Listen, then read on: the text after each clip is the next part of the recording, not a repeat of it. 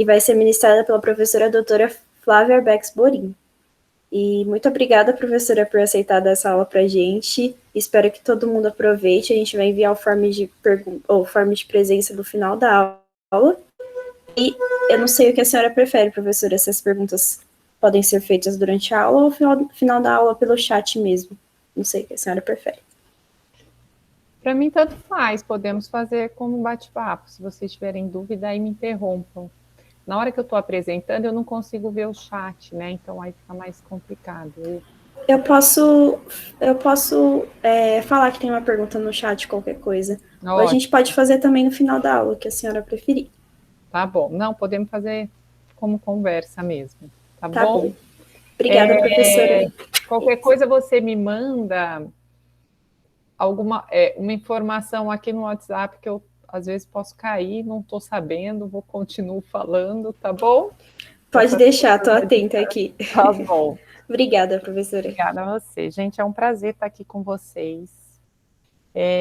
Eu tenho muito orgulho das pessoas que se inserem nas ligas e que dão continuidade aí, que gostam da área, né? Seja qualquer tipo de liga, mas a Liga de Geriatria e Gerontologia me deixa muito mais feliz e realizada profissionalmente, porque são as pessoas que vão aí traçar o futuro, né, dessa área. Então, é um prazer estar aqui com vocês. Eu vou começar a compartilhar. Deixa eu encontrar aqui minha...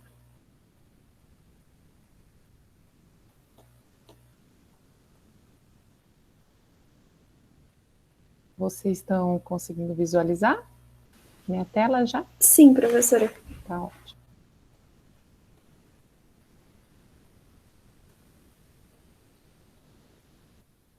Então, mais uma vez meu agradecimento. Vocês pediram para eu falar um pouco sobre iniquidade, envelhecimento no Brasil. Eu fechei um tema um pouco mais objetivo, colocando as doenças crônicas não transmissíveis como aí um parâmetro que a gente está discutindo, tá bom? Sobre essas iniquidades. Esse tema para mim é bem gostoso de falar, porque eu fiz a minha formação aí, fiz o meu mestrado na gerontologia, na FCM da Unicamp, e fiz o meu doutorado na saúde coletiva, na área de epidemiologia, aí também da FCM Unicamp. Então, é a relação dessas duas, né, desses dois grandes parâmetros, que é o processo do envelhecimento e a iniquidade aí nesse olhar do cuidado da pessoa idosa. Eu gostaria de fazer minha homenagem aqui à professora Marilena, que faleceu há pouco tempo, e o professor André e eu, a gente estava tomando um café na Romana, foi a última vez que eu vi a professora Marilena, mas a professora Marilena foi uma peça fundamental para a geriatria na Unicamp, né? Trouxe aí a gerontologia, a pós-graduação em gerontologia para nós, então eu deixo aqui o meu agradecimento a ela, toda a minha formação foi muito pautada e coordenada por ela, e também agradeço ao professor André pela indicação aí do meu nome para essa palestra. Então, nós vamos falar do processo de envelhecimento e essas iniquidades. É importante a gente olhar para essa transição demográfica, né, que vem com esse declínio da fecundidade, aumento da expectativa de vida, né, diminuição da mortalidade, e que traz essa mudança no perfil epidemiológico da população.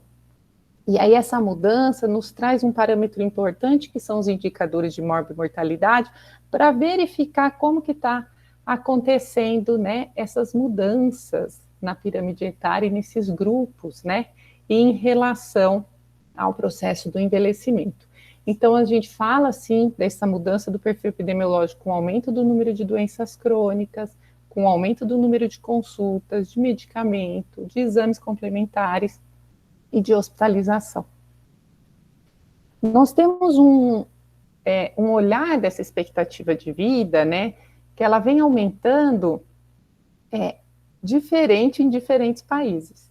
Então, alguns países, e aqui mostra a expectativa de vida de 1800 a 1950 e de 1950 a 2012. O que nós observamos aqui?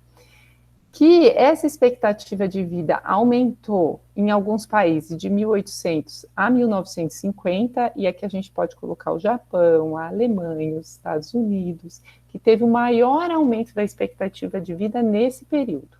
E outros países de 1950 a 2012. E aí nós incluímos aí o maior aumento da expectativa de vida no Brasil nesse período. Então, nós temos diferentes momentos de aumento da expectativa de vida nos países. Isso também acontece com o envelhecimento populacional, né? Essa velocidade do envelhecimento populacional. Então, quando a gente olha para os países e observa quanto que aumentou, o envelhecimento populacional passou de 7% para 14% a população, né, desse grupo etário, o que nós observamos? Que, por exemplo, a França, ela demorou para passar de 7% para 14%, quase um século, tá vendo? Ela teve um envelhecimento devagar, em relação, por exemplo, ao Brasil, que quando nós olhamos aqui, ele envelhece de 2010 a 2030. Então, envelhecimento muito rápido, e isso traz comprometimentos em relação à estrutura de organização dos setores e das políticas públicas, tá bom? Esse envelhecimento, ele vem sempre com uma melhora geral de muitos indicadores. Então, quando a gente observa aí uma diminuição da extrema pobreza ao longo aí de 2 séculos, uma melhora na educação básica, um aumento do letramento, da alfabetização, né? Uma melhora aí da democracia, da vacinação e uma diminuição da mortalidade infantil. Então, nós temos um combo aí girando em torno dessa melhora e desse aumento da expectativa de vida. Mas com esse envelhecimento tão rápido no Brasil, a gente tem uma necessidade urgente de modificações e inovações, né, nesses novos paradigmas de atenção à saúde. Então, com o objetivo de promover aí medidas que agreguem qualidade aos anos adicionais de vida que vêm sendo obtidos. Então, antigamente, a gente olhava muito só para os indicadores de mortalidade, mas com o passar do tempo, a gente observou que outros indicadores são importantes para a gente observar, né, as relações e olhar para a atenção à saúde da pessoa idosa. Então, é a incidência e a prevalência de doenças, ou a multimorbidade, que são 2 doenças ou mais. A gente também é importante nós olharmos para o impacto da doença em várias dimensões da vida do indivíduo, algumas avaliações subjetivas, como a autoavaliação de saúde, ou o autorrelato, né, de algumas informações. A gente vem observando esse movimento nos novos inquéritos, né, de saúde da população de forma geral.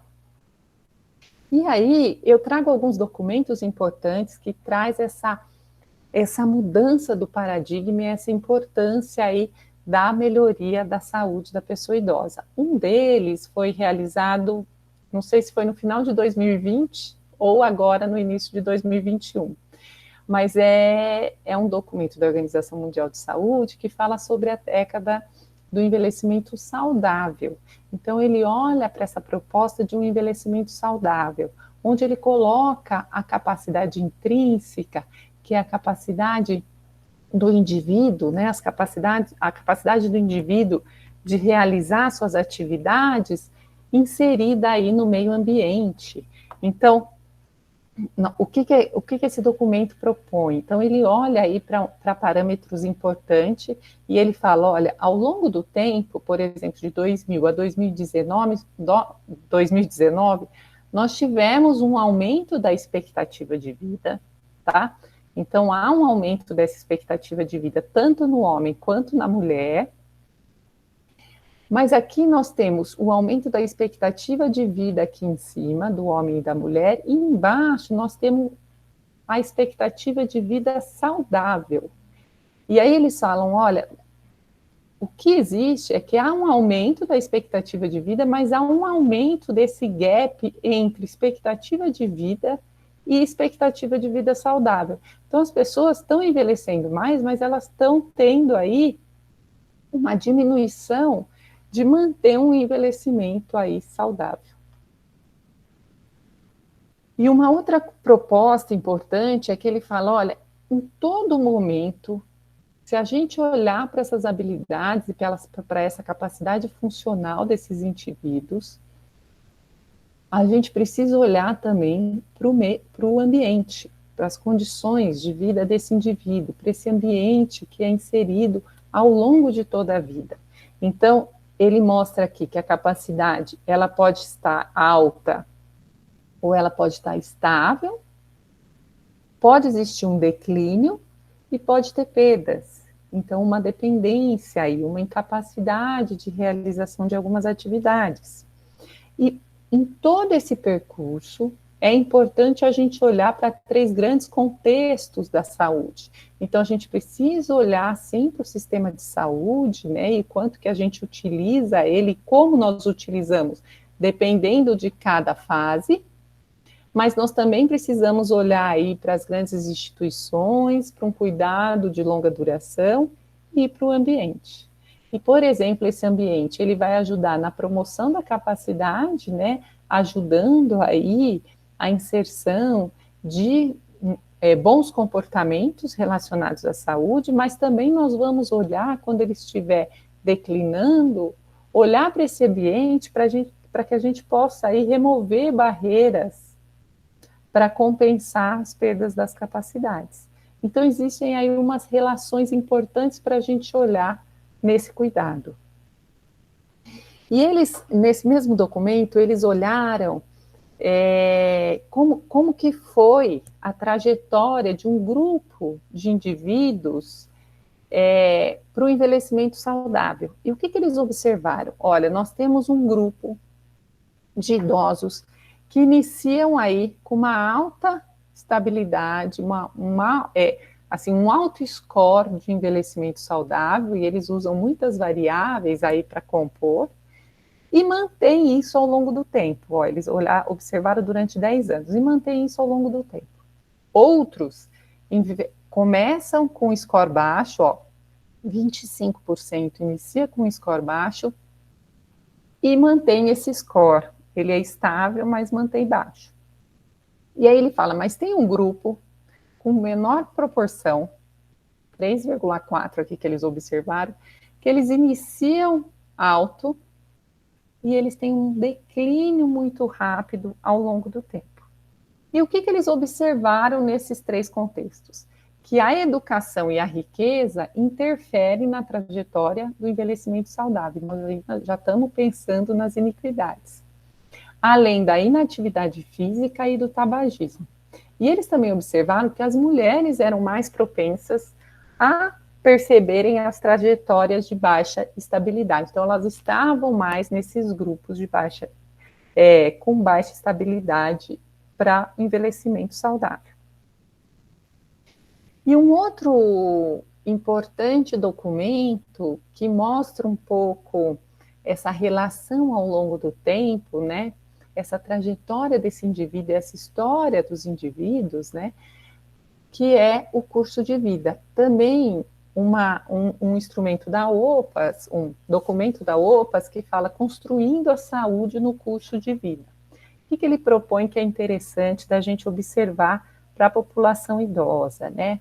Ele fala de 3 grandes modelos, então ele olha primeiro para o modelo do período crítico e ele fala, olha, para a saúde nós precisamos olhar períodos sensíveis da vida. Então, por exemplo, o estágio pré-natal, os períodos iniciais do crescimento pós-natal, que provocam respostas adaptativas, tanto estruturais quanto funcionais, e pode perdurar aí e ter uma relação na idade adulta.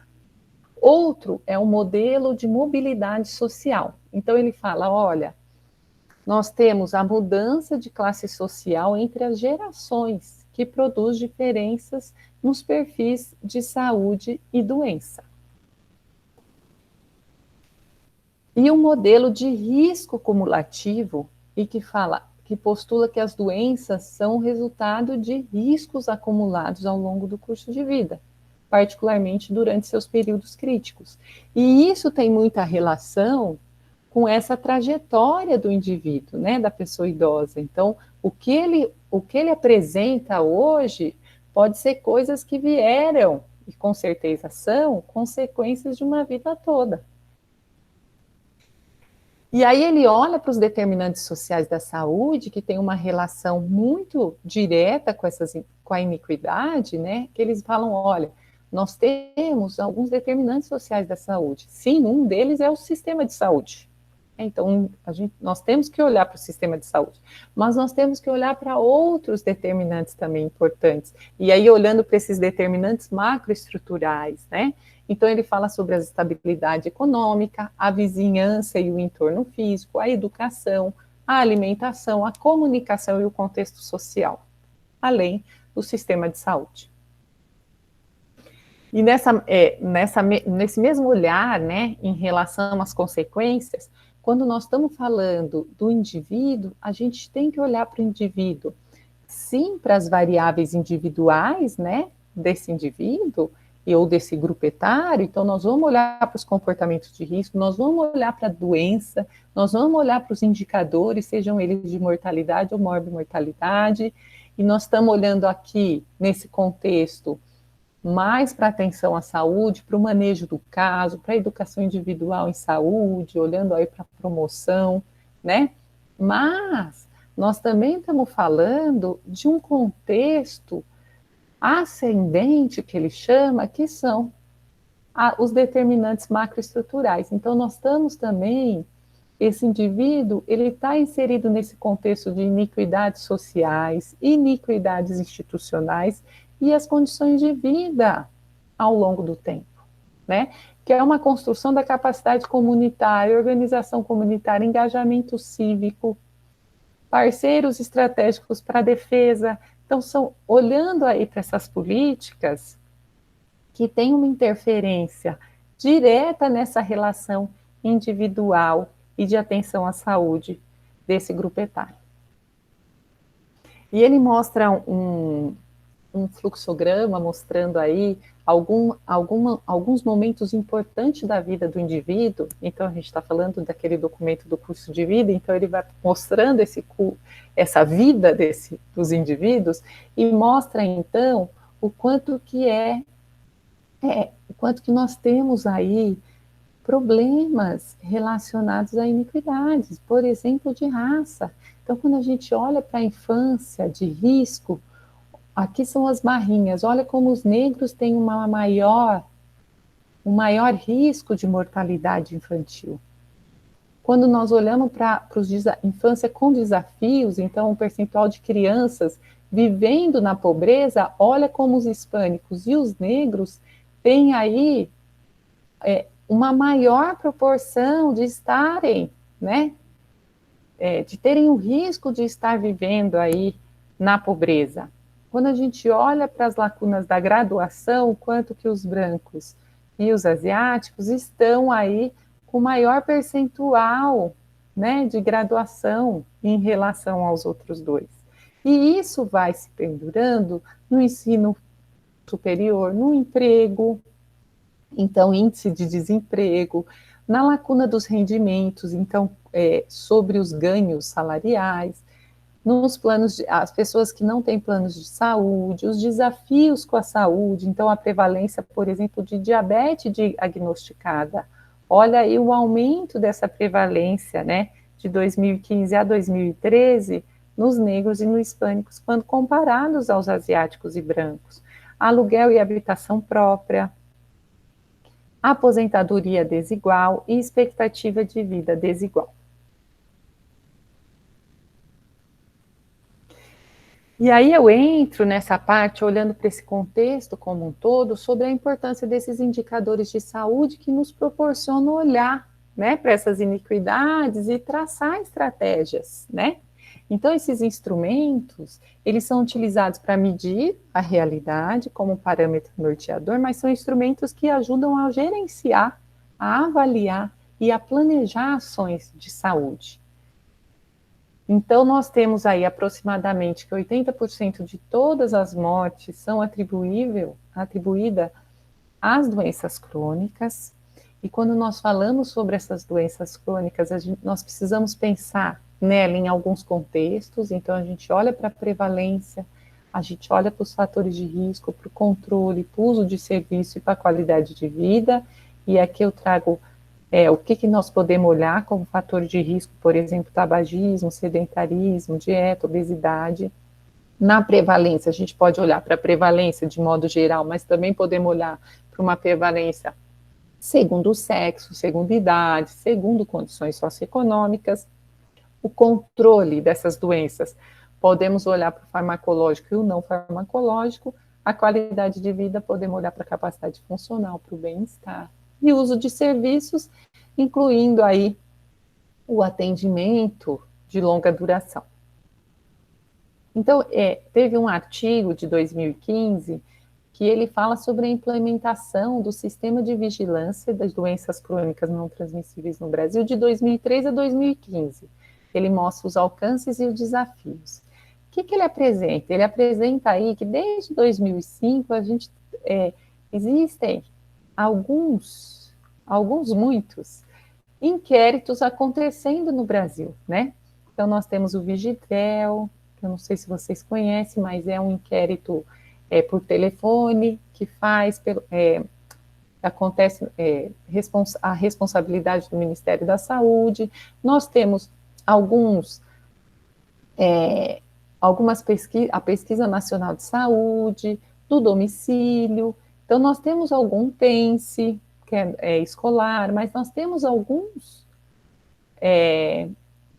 inquéritos importantes para mostrar aí essa vigilância das doenças crônicas. Então, nos mostram dados importantes. Então, a vigilância nas doenças crônicas, ela deve reunir um conjunto de ações que possibilita conhecer a distribuição, a magnitude e a tendência das doenças. E não só isso, né? Ela consegue subsidiar o planejamento, a execução e a avaliação na prevenção e no controle dessas doenças. Então, qual que é a proposta? A proposta é investir na melhoria de cobertura e qualidade dos dados, sejam eles de mortalidade como de morbidade. E esses inquéritos, eles observam também coisas importantes, por exemplo, como os fatores de risco. Então, onde nós temos que intervir? Será que a estratégia que nós utilizamos como base para a diminuição do tabagismo aconteceu ao longo do tempo? Então, se a gente observa o inquérito, a gente pode observar se houve diminuição ou não, por exemplo, do tabagismo. Uma outra proposta é que a gente também pode observar, por exemplo, que agora essa parte de álcool e direção. Será que a diminuição da ingestão de álcool, por conta dessa parte de que não pode beber e dirigir, né?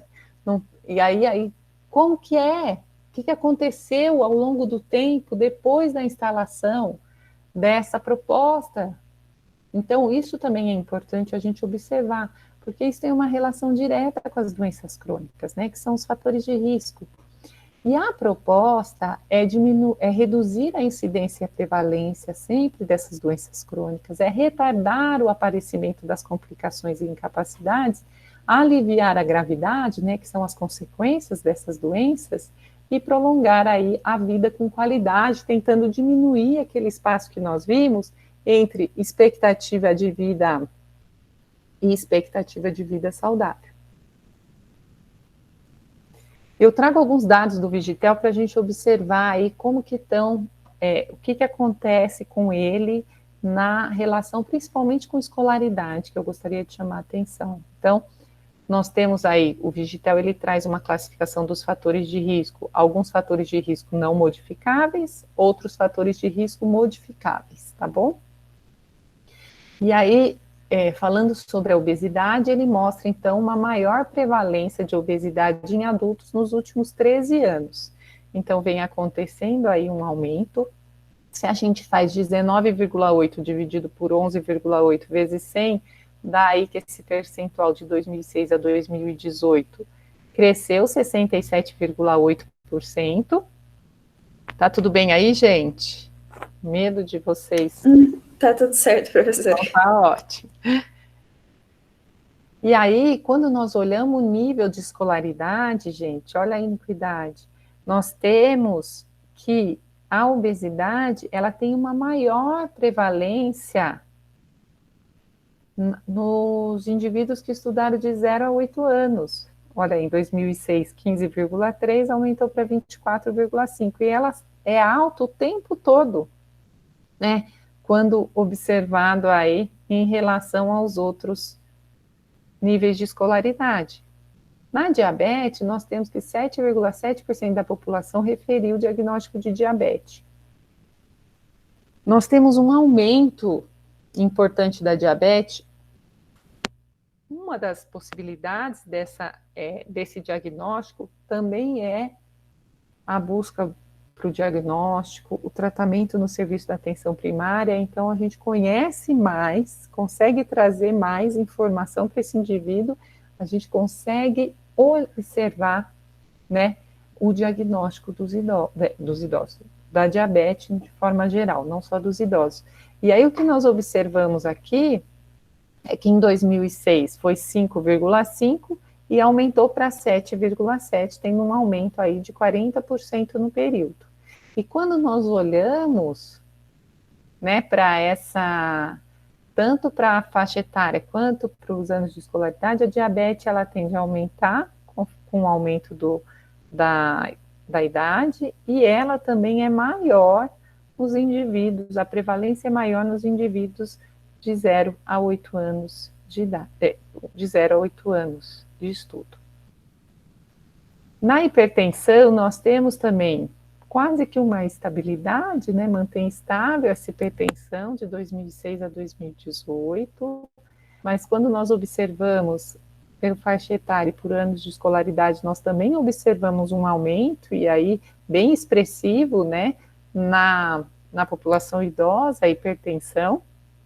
E quando a gente fala dos anos de estudo, também um aumento de 0 a 8 anos de estudo em relação aos demais. Então, é quase o dobro, né?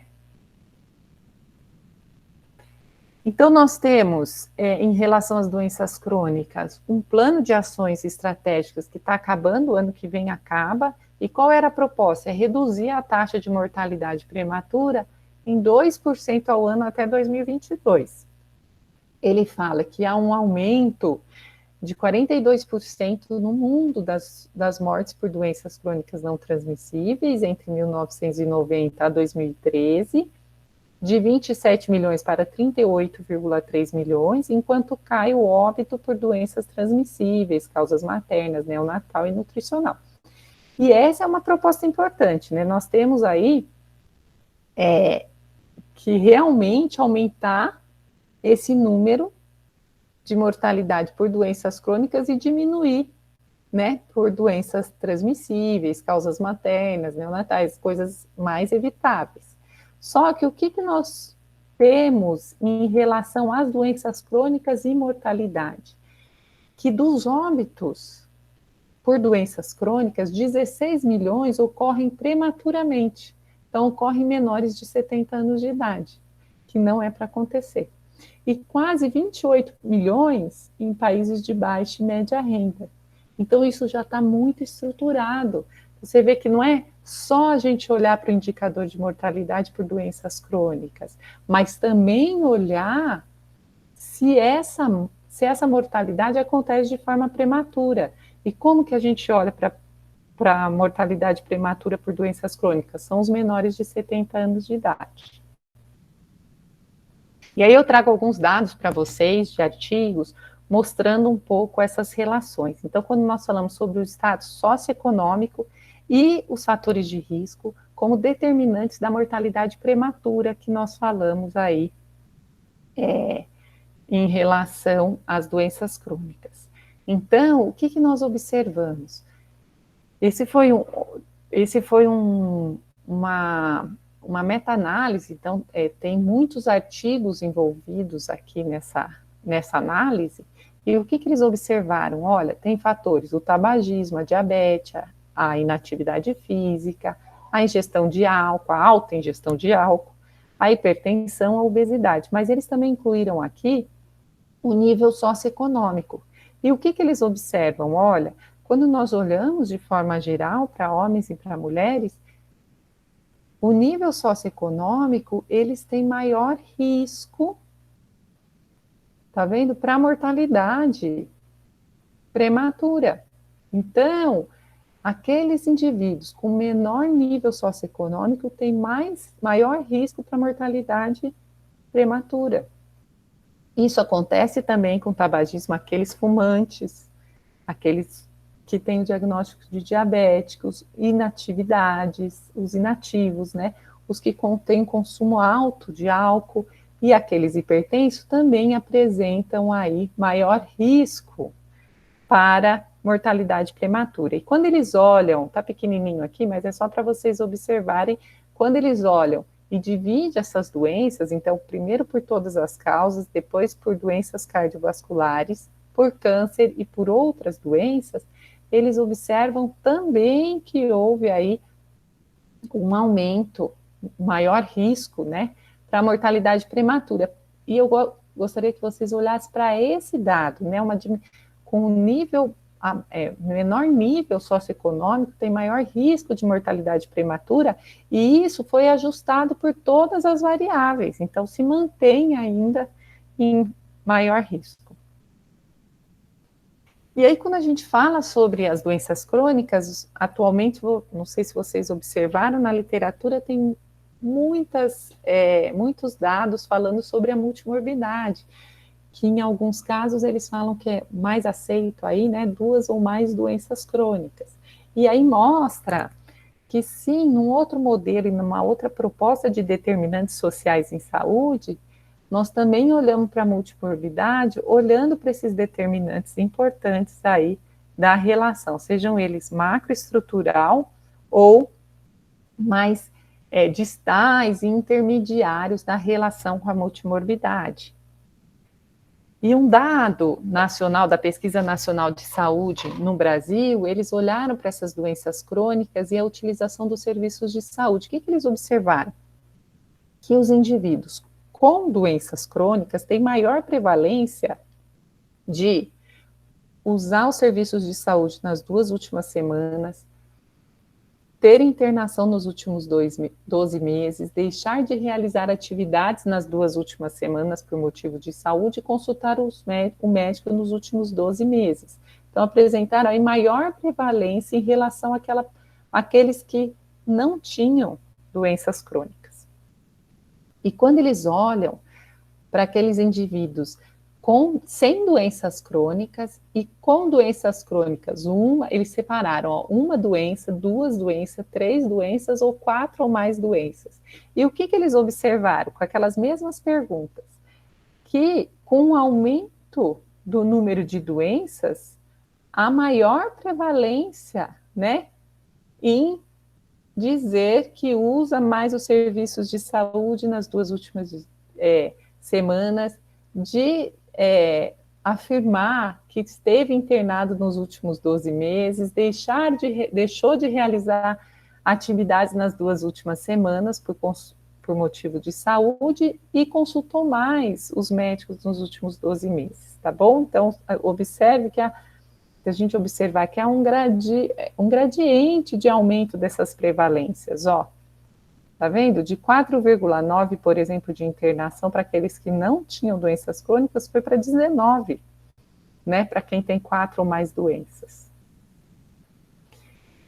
E o ELSE Brasil é um inquérito importante aí longitudinal, né? Da pessoa idosa e de 50 anos ou mais, na verdade, e que traz aí importantes informações para nós, né? Então, em 2018, ele soltou alguns suplementos, e o que é importante a gente olhar nessa descrição das morbidades? Sim, nós temos aí sempre a hipertensão em primeiro lugar, em relação às doenças mais prevalentes na população de 50 anos ou mais, mas o que eu gostaria de chamar a atenção nesse quadro é a média de morbidades associadas. Então, além da hipertensão, o indivíduo tem aproximadamente 3 doenças mais, né? E quando a gente olha, por exemplo, a retinopatia diabética, além da retinopatia, esse indivíduo tem aproximadamente 6 doenças associadas. Então, olhar para a doença individual é importante, mas a gente olhar para essa associação, para essa multimorbidade do indivíduo é muito importante. E aqui mostrando que existe alguns pares e trios de morbidades importantes, né? Então ele chama atenção, por exemplo, a hipertensão e problema de coluna, observando aí 23%, né, dos indivíduos tinham hipertensão e problema de coluna. Agora, nos trios, 9,5% da população tem hipertensão, problema de coluna e colesterol elevado. Então, algumas relações importantes também da gente observar. E quando a gente olha para as doenças crônicas, alguns documentos importantes, um em 2017 e outro em 2018, um da Organização Mundial de Saúde e outro aqui do Ministério da Saúde, mostra aí esse cuidado integral da pessoa idosa. Então, ele fala que o objetivo desse documento da Organização Mundial de Saúde foi oferecer orientações baseadas em evidências aos profissionais, né, envolvidos no cuidado do idoso, para identificação e gerenciamento dos declínios da capacidade física e mental dessa população. E essas orientações técnicas para a implementação de linha de cuidado para atenção integral à pessoa idosa, né, o que eles falam? Eles têm esse novo conceito do cuidado, um novo paradigma, né, um novo olhar, que é a capacidade funcional. Então, ele fala que essa linha de cuidado, ela precisa partir de uma avaliação da funcionalidade, da capacidade funcional aí desse indivíduo. Então, a gente precisa olhar para as atividades do dia a dia desse indivíduo para conseguir reorganizar esse atendimento. Então, a atenção primária, ela vai organizar isso para os vários contextos. Então, esse indivíduo tem como que está a funcionalidade dele para gerenciar o cuidado. Então, esse também foi um documento muito importante que traz aí esse novo paradigma de cuidado e não só olhando a doença crônica para essa população.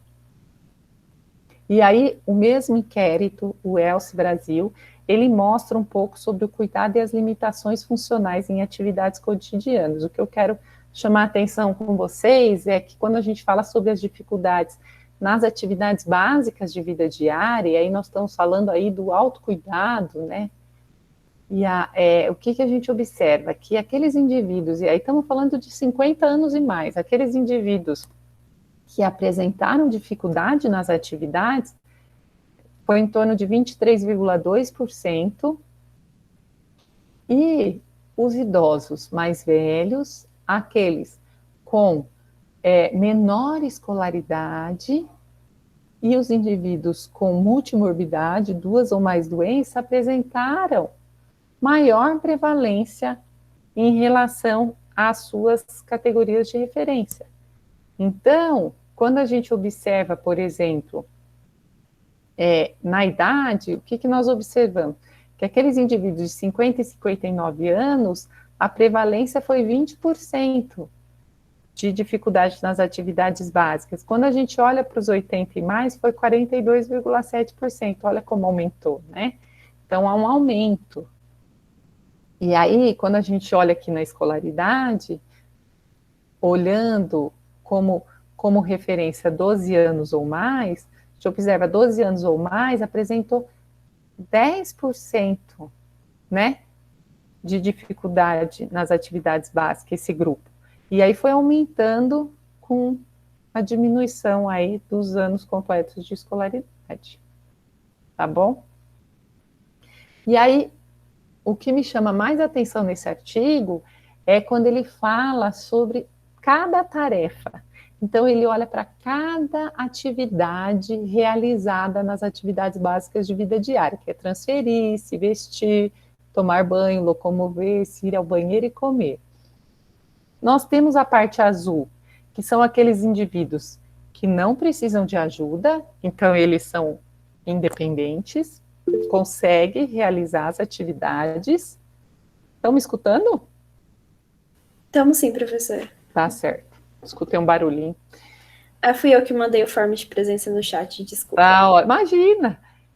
E aí, esse verde são aqueles indivíduos que precisam de ajuda e recebem ajuda.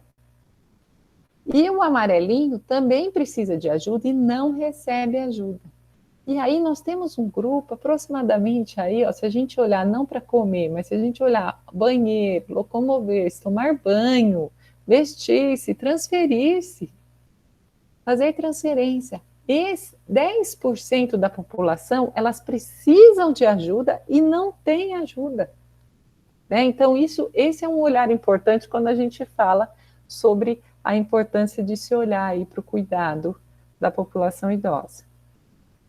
No mesmo sentido, quando a gente olha aí para um outro artigo mostrando o número de doenças crônicas, a prevalência dessas doenças e a limitação. Aqui eles também falam sobre a autoavaliação de saúde, mas nós vamos olhar só para a limitação. O que essas barrinhas nos informam? Que quanto vai esse mais claro são os homens, o roxo mais escuro, as mulheres. Então, as mulheres, elas apresentam mais doenças crônicas quando comparados aos homens. Ó, os homens diminuem o número de doenças crônicas. Aqui, olha como a barra de nenhuma ou uma está maior, tá vendo?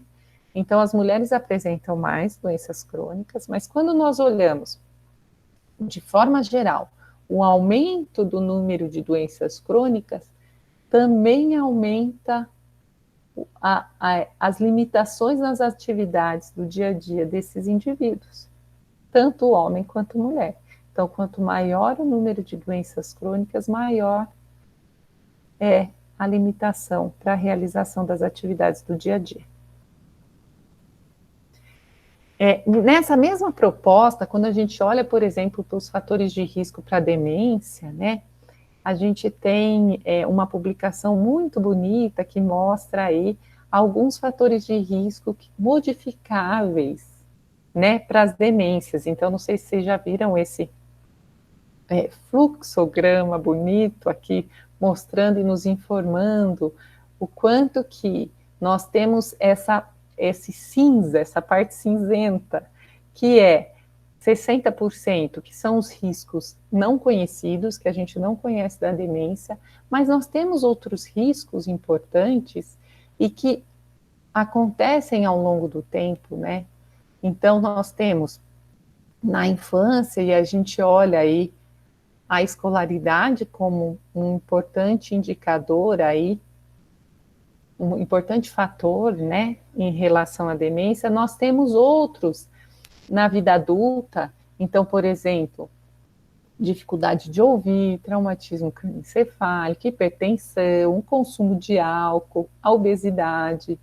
E nós temos na vida, na vida tardia, né, que é o tabagismo, a depressão, o isolamento social, a inatividade física, a poluição do ar, a diabetes.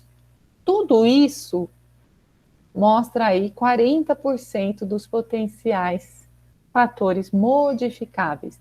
Então, se a gente observar, nós temos coisas aí que nós podemos estar fazendo intervenções importantes. E intervenção importante ao longo, né, do tempo, e não só na velhice. Quando a gente ainda falando sobre esses fatores modificáveis e a demência, nós olhamos um estudo que fez o segmento por 4 anos. E o que eles observaram? Eles observaram assim, a riqueza, que é um conjunto de variáveis socioeconômicas importantes, e eles têm essa variável muito forte. Eles falam, a riqueza, quando a gente olha para a demência depois de 4 anos, ela não tem uma relação direta, mas ela tem uma relação indireta passando pelos fatores de risco, por esses fatores modificáveis. Então, só olhar para a parte socioeconômica parece que não está relacionada diretamente com a demência, mas ela está sim relacionada de forma indireta, passando aí por esses fatores de risco. Então, também é importante repensar como que a gente olha para algumas variáveis, né, nesse processo de envelhecimento e nessas populações e nos indivíduos. E nesse cuidado com o indivíduo. E quando a gente fala, então, sobre os derrames, os acidentes vascular cerebral encefálico, o que a gente olha para eles também de forma que nos mostra que existe um caminho importante que precisamos olhar e não só a pontinha que aparece para nós no nosso cuidado do dia a dia. Então, nós temos aí a incapacidade física, que traz aí uma incapacidade importante, uma dependência, né, para as atividades, mas essa relação sim é forte, né, de consequência do problema, mas ela também tem uma relação com outras dimensões importantes, como a dimensão econômica, o ambiente, a parte fisiológica, a parte médica, a atividade física, então os comportamentos relacionados à saúde. Então, tudo isso interage para olhar aí para essa dependência final, tá bom?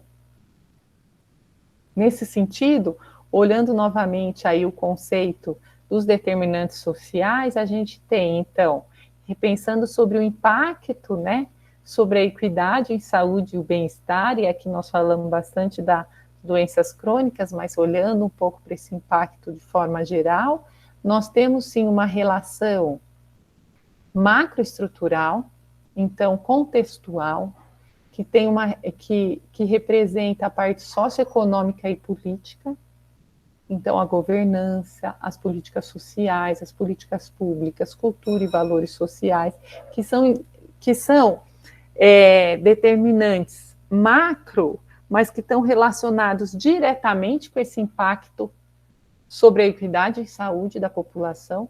Nós temos outros indicadores mais individuais, mas que têm uma relação muito próxima da macroestrutural, que são a posição socioeconômica, então a classe social, o gênero, a etnia, a educação, muito próxima aí da parte contextual, ocupação e renda, que tem uma relação, olhando para outros determinantes intermediários, que são as circunstâncias materiais, as condições de moradia, por exemplo, os fatores comportamentais, que são todos esses que nós vimos nos estudos, os fatores psicossociais, e que tem essa relação com o impacto sobre a equidade, direta ou indiretamente, passando também, principalmente, por esse sistema de saúde, por o nosso sistema de saúde. E aí, para finalizar, quando nós falamos daquele documento no início, a década do envelhecimento saudável, 2020-2030, fica claro para nós, no final, que as políticas e as intervenções, elas devem considerar o contexto em que as pessoas vivem e ter um foco longitudinal e integrar os serviços, né? E que, para isso, exige uma mudança na nossa abordagem à saúde. Então, é necessário garantir que as comunidades promovam as capacidades das pessoas idosas, então que isso tem uma relação importante com o ambiente também, para que a gente consiga aí promover isso, entregar serviços de cuidado integrados e de atenção primária à saúde centrado na pessoa e adequado à pessoa idosa. Então a gente observa que aquela pontinha que chega é uma ponta, mas que tem uma raiz muito presente, que é essa trajetória de vida desse indivíduo. Então é importante a gente conhecer isso, é importante que esses serviços, eles tenham esse cuidado integrado, né, e olhar aí para essa pessoa ou para essa população de forma contextual, olhando essa parte mais macroestrutural também. E propiciar o acesso a cuidado de longo prazo às pessoas idosas que necessitam. E acho que era isso que eu gostaria de falar com vocês hoje. Muito obrigada. Muito obrigada, professora, pela aula. Foi uma aula excelente. A Yasmin tinha mandado um pontinho no chat, eu não sei se lá tem alguma pergunta. E o pessoal quiser perguntar também, pode perguntar, fiquem à vontade, gente, pelo chat ou pelo microfone. E é isso.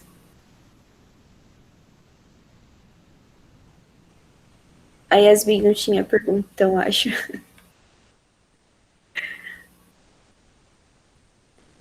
Bom, então tá. Se ninguém tiver nenhuma pergunta, a gente pode encerrar. Não sei se a senhora tem mais alguma coisa para acrescentar, professora, mas muito obrigada pela aula. A Liga agradece muito pela presença, por ter aceitado o nosso convite. Esperamos poder contar com a sua presença no futuro também. E é isso. Boa noite para todo mundo. Não sei se alguém vai perguntar mais alguma coisa. Tatiane, muito obrigada. Eu